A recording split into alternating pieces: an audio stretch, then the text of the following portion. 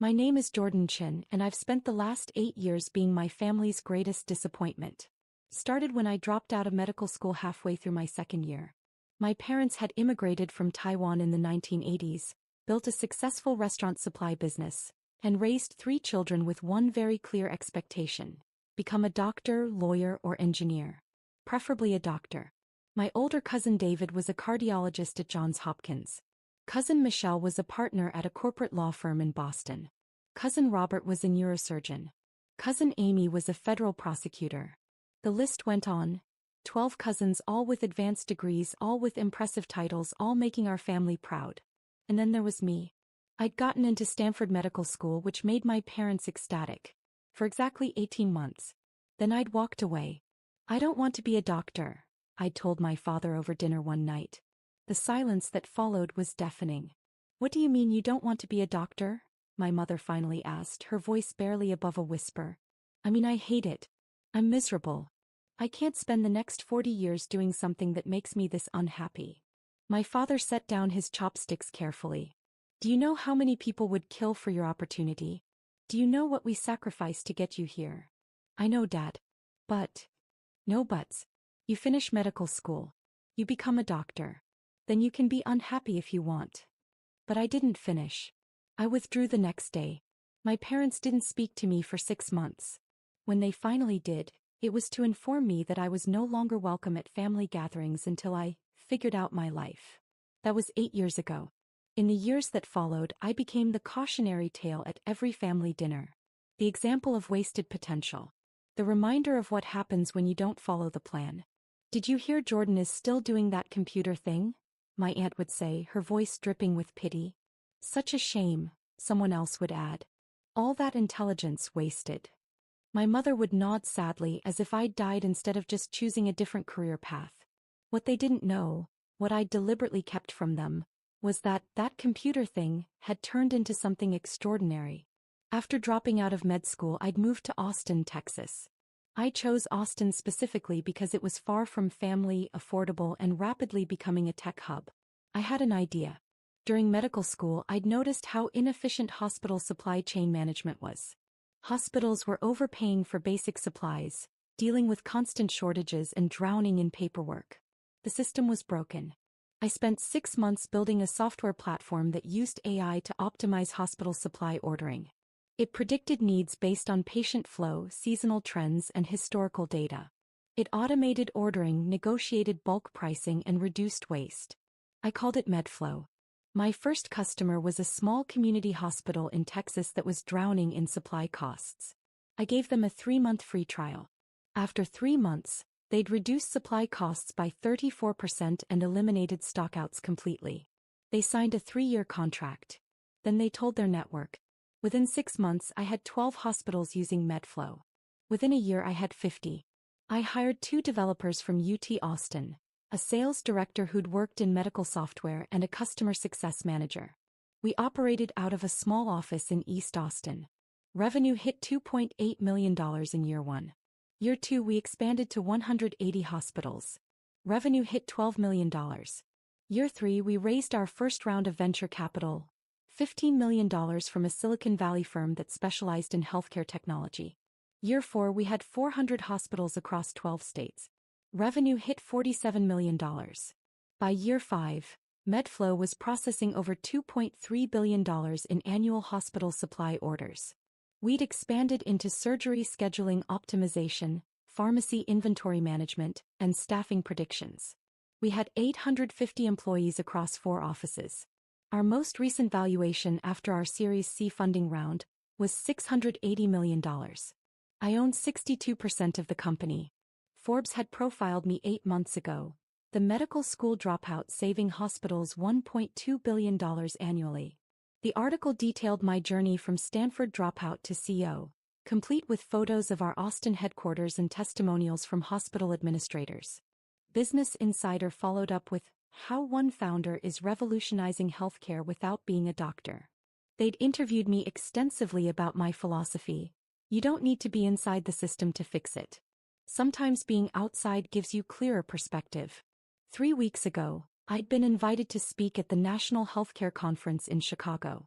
My keynote address on supply chain innovation had been attended by 2,000 healthcare executives. 2 weeks ago, the mayor of Austin had called me personally.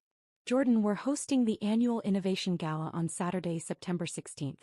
It's our city's biggest celebration of entrepreneurship and economic development. I'd like to present you with the Entrepreneur of the Decade award. I'd been stunned. Mayor Rodriguez, I'm honored, but there are so many other deserving. Jordan, your company has brought 850 jobs to Austin. You've attracted over $100 million in venture capital to our city. You're revolutionizing healthcare. This isn't charity, you've earned this. The gala was black tie invitation only, attended by every major business leader in Austin, the governor, 3 congresspeople, and media from across Texas. It was also scheduled for the exact same evening as my family's reunion in San Francisco. The text from my mother came on Monday, 6 days before both events. Family reunion this Saturday, September 16th at Uncle Way's house. 6 p.m. Everyone will be there. I stared at the message. After 8 years of being excluded, they were inviting me? I replied, I'll need to check my schedule. Her response was immediate. It's not optional, Jordan. This is family. I didn't respond right away. Instead, I called my assistant, Maya. The Innovation Gala is definitely this Saturday, correct? Yes, 7 p.m. at the Four Seasons. The mayor's office confirmed this morning that you're receiving the Entrepreneur of the Decade award. It's going to be televised locally and streamed nationally. Press credentials have been issued to Bloomberg, TechCrunch, and the Austin American-Statesman. Thank you, Maya. I texted my mother back. I have a work commitment Saturday evening. I might not be able to make it. The response came 2 hours later, this time a phone call. Jordan, your cousin David is flying in from Baltimore. Michelle is coming from Boston. This is the first time the whole family has been together in 5 years. You need to be there. Mom, I have an important event. More important than family? This is exactly why everyone worries about you. You've been doing that computer job for 8 years now. When are you going to settle down and get a real career? Mom, I have a career. Coding websites isn't a career, Jordan. It's a hobby. Your cousins are saving lives, defending justice. What are you doing? Playing with computers. I took a deep breath. I can't make it Saturday. I'm sorry. Can't or won't? Can't. There was a long pause. Then her voice changed, becoming colder. Your Aunt Nancy has been asking about you. I've been too embarrassed to tell her the truth, that you're almost 35 and still doing freelance computer work. Your cousins have accomplished so much. David just became department chair. Michelle made partner. And you're still, wherever you are, doing whatever it is you do. I'm in Austin, Mom. I've been here for 8 years. Yes, hiding. That's what it looks like from here. Hiding because you're ashamed of how your life turned out. I almost laughed. Almost. I'm not hiding, Mom. Then prove it. Come to the reunion. Face your family. Show them you're doing okay even if you're not a doctor. I told you I have a work commitment. Jordan. Her voice was sharp now. Your Aunt Nancy specifically asked me to make sure you don't come. I went silent. She said having you there would be uncomfortable. All your cousins are bringing their accomplishments, their awards, their stories. And you'd be there with, what? Some coding projects? It would just highlight the contrast. So you're uninviting me? I'm suggesting that maybe it's better if you sit this one out. Let the successful members of the family celebrate. You can come to the next one after you've figured things out. After I've figured things out, I repeated slowly. Yes. Maybe get a real job. Or go back to school. Something we can be proud of. I see. It's for the best, Jordan. Trust me. Why put yourself through the embarrassment of standing next to doctors and lawyers when you're just not at that level? I looked at my calendar. The Innovation Gala stared back at me. You're right, Mom, I said quietly. I shouldn't come to the reunion. Thank you for understanding. I have a work thing anyway.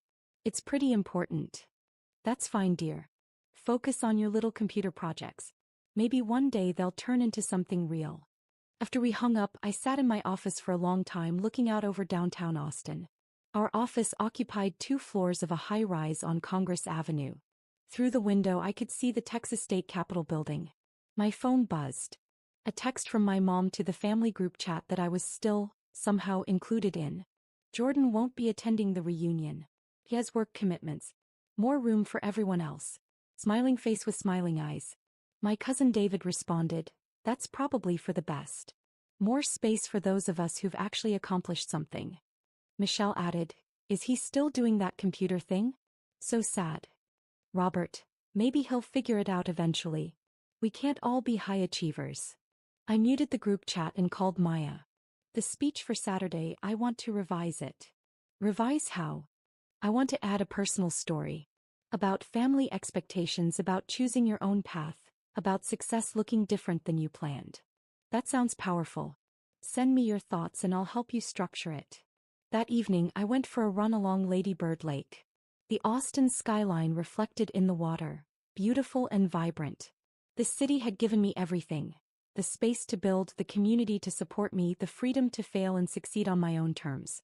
My family had written me off 8 years ago. They'd decided I was a failure before I'd even begun. Saturday night they'd find out just how wrong they'd been. By Thursday my revised speech was ready. Maya had helped me structure it perfectly, starting with the personal story of leaving medical school, transitioning into the journey of building MedFlow, and ending with a message about defining success for yourself rather than living up to others' expectations. It's going to make people cry, Maya said after reading the final draft. Good, I said. The mayor's office called to confirm final details. The award presentation would happen at 8:15 p.m. right after dinner. I'd be introduced by Mayor Rodriguez herself. The presentation would be broadcast live on local news and streamed on the city's website. We're expecting significant media coverage, the mayor's assistant said. This is one of our biggest events of the year. The governor specifically moved his schedule to attend. I'm honored, I said. Friday afternoon I got my hair cut, picked up my custom tuxedo and did a final review of the speech. That evening I had dinner with my executive team, my CTO, CFO and COO. We'd been through everything together. The early struggling years, the sleepless nights fixing bugs, the nerve-wracking investor pitches, the explosive growth. Tomorrow's going to be big, my CTO Sarah said. You deserve this, Jordan. We all deserve this, I corrected. None of this happens without the team. True, but you're the one who had the guts to walk away from medical school when everyone told you were crazy, my CFO Marcus added. You're the one who believed in this when it was just an idea. I smiled. Thanks, guys. That night I checked the family group chat. Photos were being shared from the reunion preparations. My aunt's house being decorated, tables being set up, my cousins arriving from across the country.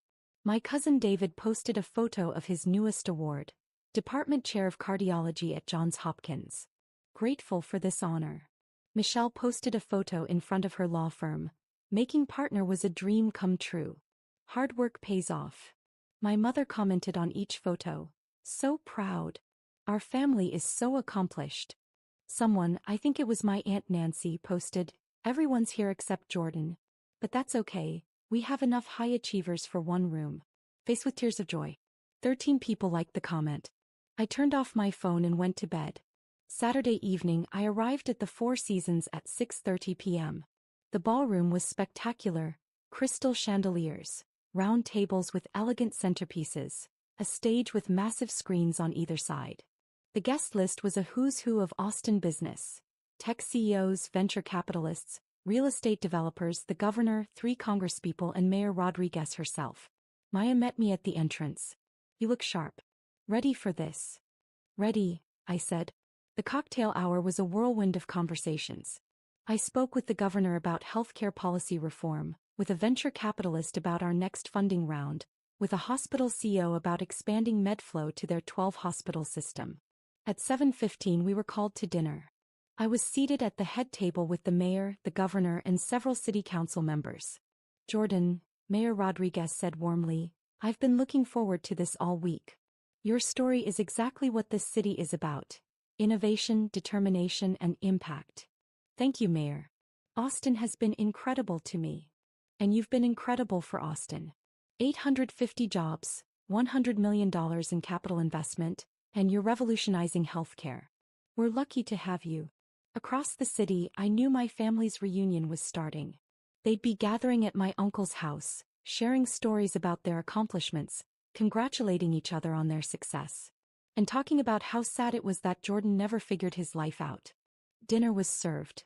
A beautiful meal that I barely tasted because I was reviewing my speech in my head, making sure every word was exactly right.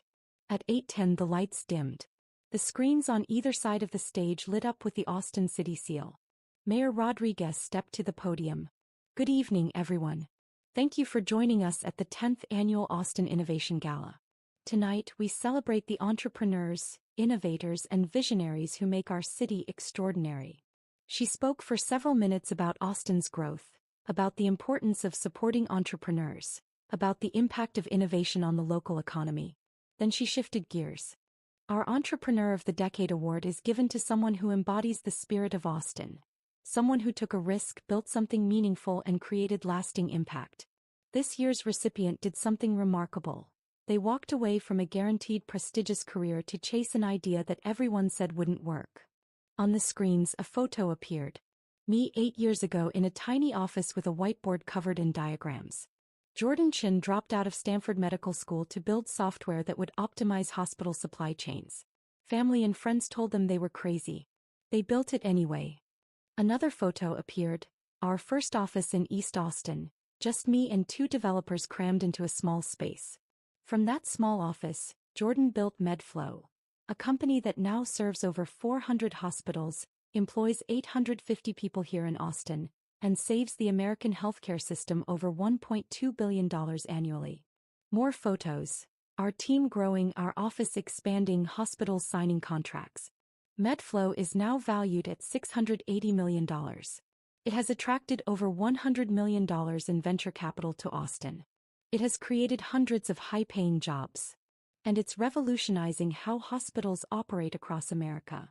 The photos shifted to recent press coverage. The Forbes profile, the Business Insider article, screenshots of my keynote at the National Healthcare Conference. But beyond the numbers, Jordan represents something essential. The courage to define success on your own terms. To trust your vision even when others doubt you. To build something meaningful instead of something expected. Mayor Rodriguez paused, letting the words sink in. Please join me in welcoming to the stage our Entrepreneur of the Decade, Jordan Chin.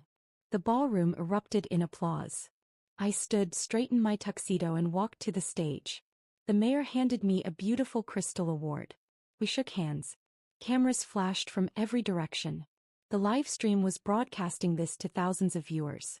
Including, I realized with sudden clarity, probably someone at my family's reunion. Austin was a major city. This was a major event. The local news would be covering it. Business networks would pick it up.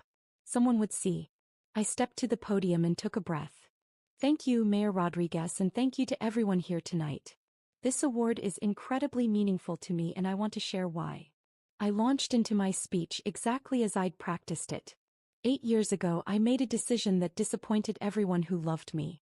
I dropped out of medical school. My parents didn't speak to me for 6 months. My extended family treated me like a cautionary tale. I was supposed to be a doctor, and instead I became, what? A dropout. A failure. A disappointment. I could see people leaning forward, completely focused. I moved to Austin because I needed space to figure out who I was outside of other people's expectations. I had an idea, a possibly crazy idea, about fixing hospital supply chains. I didn't have a business degree. I didn't have experience in healthcare administration. I just had a problem I wanted to solve. On the screens behind me, photos of MedFlow's early days played. The first year was brutal. I lived in a tiny apartment, ate ramen more days than not, and worked 16-hour days building software I wasn't sure anyone would want. My family thought I was wasting my life. My former classmates were becoming doctors. And I was coding in a small office, hoping I wasn't making a massive mistake. I paused, letting the vulnerability sit. But something happened. The software worked. Hospitals started using it. Lives improved. Not because I was in the operating room, but because I was in the server room. Patients got better care because their hospitals had better systems. Healthcare workers had less stress because the logistics ran smoother. Money was saved that could be spent on actual patient care. The audience was completely silent. I learned something important. There are many ways to make a difference. Being a doctor wasn't my way. Building technology that helps doctors. That was my way. And it took me dropping out of the path everyone expected to find the path I was meant for. I looked directly at the camera broadcasting the event. To everyone watching who feels like a disappointment because you chose a different path, you're not a failure. You're a pioneer. To everyone who's been told their dreams aren't practical or prestigious enough, don't listen. To everyone who's been excluded from the table because you don't fit the traditional definition of success, build your own table.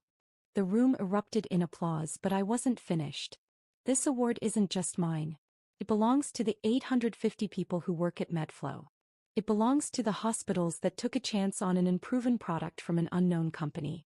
It belongs to the venture capitalists who believed in the vision. And it belongs to the city of Austin, which gave a medical school dropout the space to become something else entirely. I raised the Crystal Award. Thank you for this incredible honor. Thank you for celebrating success that looks different than expected. And thank you for proving that sometimes the best way to heal the world isn't by following the prescription, it's by writing a new one. The standing ovation lasted 2 full minutes. As I walked off the stage, my phone, which I'd silenced but could still see, was lighting up like a Christmas tree. Text after text after text after text. Maya intercepted me as I left the stage. Jordan, you need to see this. She held up her phone. Twitter was exploding with clips from my speech. Hashtag Entrepreneur of the Decade was trending.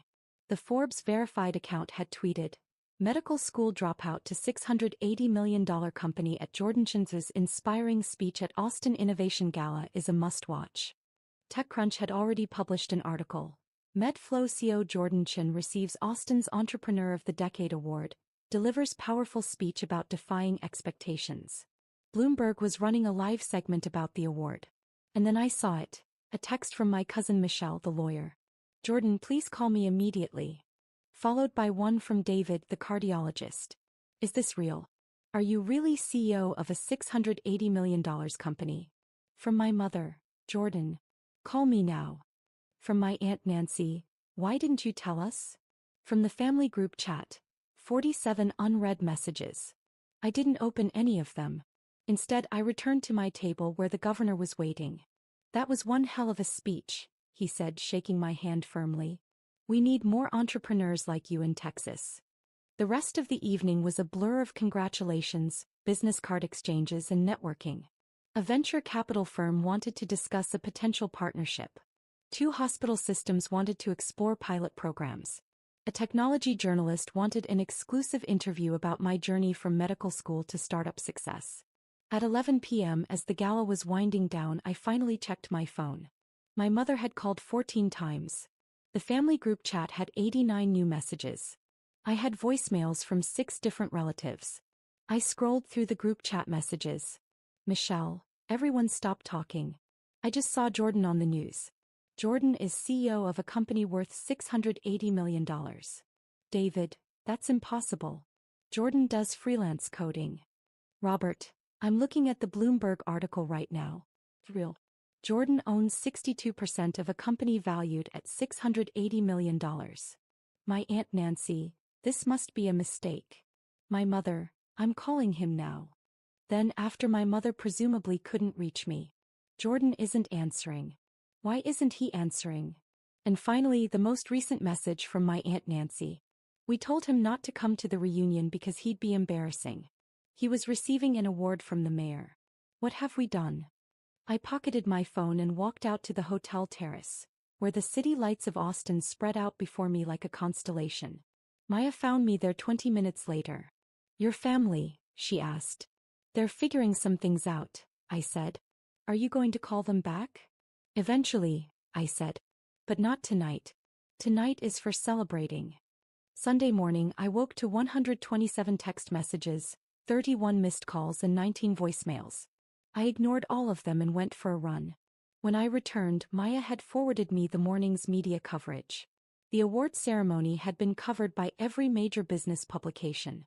My speech had been clipped and shared over 400,000 times across social media platforms. 3 different motivational Instagram accounts had turned quotes from my speech into graphics. The dropout who built a $680 million empire was trending on LinkedIn. At 10 a.m., my mother called again. This time I answered. "Jordan." Her voice was strained. "We need to talk." Hello, Mom. Why didn't you tell us?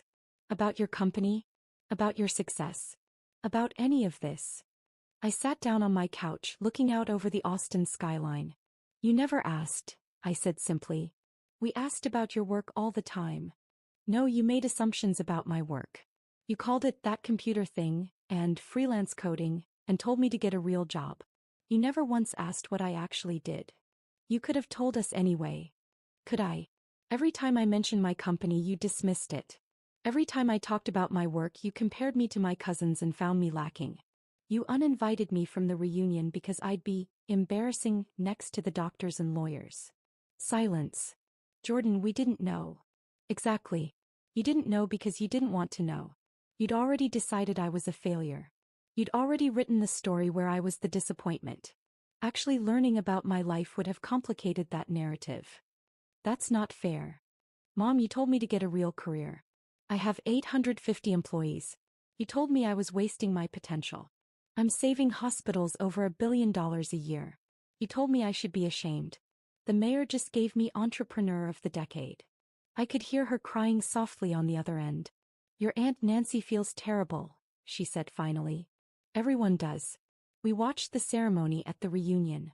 Someone had the local news on and suddenly you were on the screen and everyone just stopped. We watched your whole speech. Jordan, it was beautiful. Thank you. We want to make this right. Can you come to dinner? We can celebrate properly. Everyone wants to congratulate you. Everyone wants to be associated with my success now, I corrected gently. Where was that energy 8 years ago? You were dropping out of medical school. I was choosing a different path. You could have supported that. You could have been curious instead of judgmental. You could have asked about my dreams instead of insisting on yours. More silence. What do you want from us? She finally asked. I don't want anything from you, Mom. That's what I've been trying to tell you. I built this without your support, without your approval, without your presence. I'm not angry, I'm just done needing you to validate me. Jordan. I need to go, Mom. I have a board meeting tomorrow morning. Will you at least think about dinner? Please. I'll think about it. I hung up. Over the next few days, the messages continued. My cousins, the doctors and lawyers who'd mocked me in the group chat, were suddenly very interested in reconnecting. David wanted to discuss MedFlow's healthcare applications and potentially collaborate. Michelle wanted to connect me with her firm's corporate clients who might need my software. Robert wanted to invest in MedFlow. Amy, the federal prosecutor, wanted to introduce me to her husband who was in finance. Each message followed the same pattern. Brief apology for misunderstanding my career, followed by lengthy explanation of how they could now help me now that I was successful. I responded to none of them. What I did respond to were the hundreds of messages from strangers. People who'd seen my speech and been inspired. College students who were afraid to disappoint their parents. Mid-career professionals considering major changes. Other entrepreneurs who'd been dismissed by their families. I spent hours responding to those messages, offering encouragement, sharing advice, connecting people with resources. Because that was the point of the speech. Not to shame my family, but to encourage everyone else who'd been made to feel small for dreaming differently. 6 weeks later, I was back in my office when Maya knocked on my door. You have a visitor, she said. Your mother. I looked up, surprised. She's here? In Austin. Downstairs in the lobby. She said she'd wait as long as necessary. I thought about it for a moment, then nodded. Send her up. My mother appeared 5 minutes later, looking smaller than I remembered. Older. She carried a large envelope. Thank you for seeing me, she said quietly. Would you like to sit? I gestured to the chairs in front of my desk. She sat, looking around my office. The framed Forbes cover, the Business Insider article, the awards on the shelf, the view of downtown Austin through the floor-to-ceiling windows. This is impressive, she said. Thank you. Jordan, I owe you an apology. A real one, not the kind I can send in a text. She took a breath. I was wrong. About everything. I was so focused on the path I wanted for you that I couldn't see the path you were actually on. I made you feel like a failure when you were building something extraordinary. I nodded, waiting. I brought you something. She opened the envelope and pulled out a newspaper clipping. It was yellowed with age. An article from a Taiwanese newspaper from 1983. This is about your father and me when we first came to America. We had nothing. I had a degree in chemical engineering from Taiwan. Your father had a degree in physics. But when we got here, no one would hire us. We were too foreign, too risky. So we started the restaurant supply business from nothing. She looked up at me, her eyes wet. Everyone told us we were wasting our education. Our parents back in Taiwan were devastated. We were supposed to be scientists, and instead we were selling kitchen equipment. But we built something. We created something from nothing. And then somewhere along the way I forgot what that felt like. I forgot what it means to choose your own path. She handed me the clipping. I turned into the person who would have told us we were failures. I became the voice of expectation instead of the voice of support. I'm sorry, Jordan. I'm so deeply sorry. I took the clipping, studying my parents' young faces in the photo. Thank you for this, I said quietly. And thank you for the apology. I don't expect you to forgive me right away. Or maybe ever. But I want you to know I'm proud of you. Not because you're successful, though you are, but because you had the courage to disappoint me. That took more strength than I gave you credit for. We sat in silence for a moment. Would you like a tour of the office? Asked finally. Her face lit up. I would love that. I showed her everything.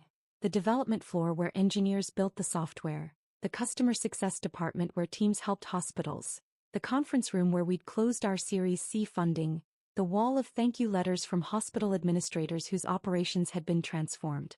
We got one last week from a rural hospital in Montana, I told her. They wrote that our software helped them stay open during a critical shortage. They served 20,000 people in an area with no other hospital within 60 miles. Without MedFlow, they would have closed. My mother read the letter, tears streaming down her face.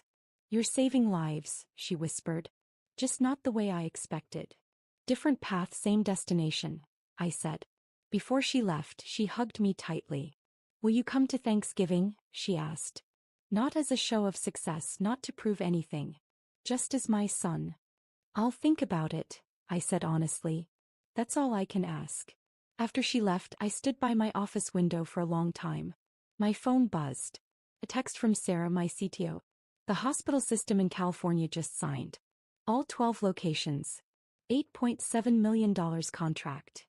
I smiled and typed back, excellent work. Tell the team I'm buying lunch tomorrow. That evening, I went to my favorite taco place in East Austin.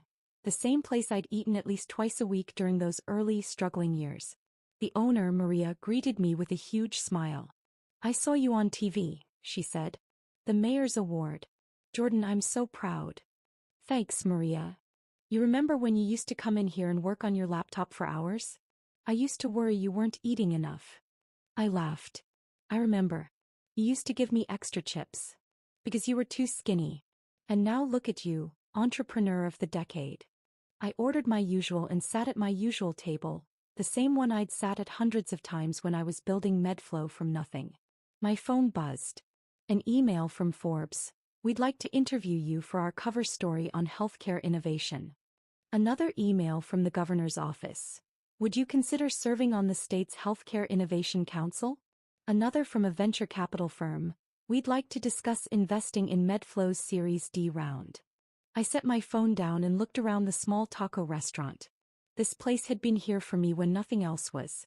When my family had written me off, when the future was uncertain, when success was just a maybe. Success hadn't changed me.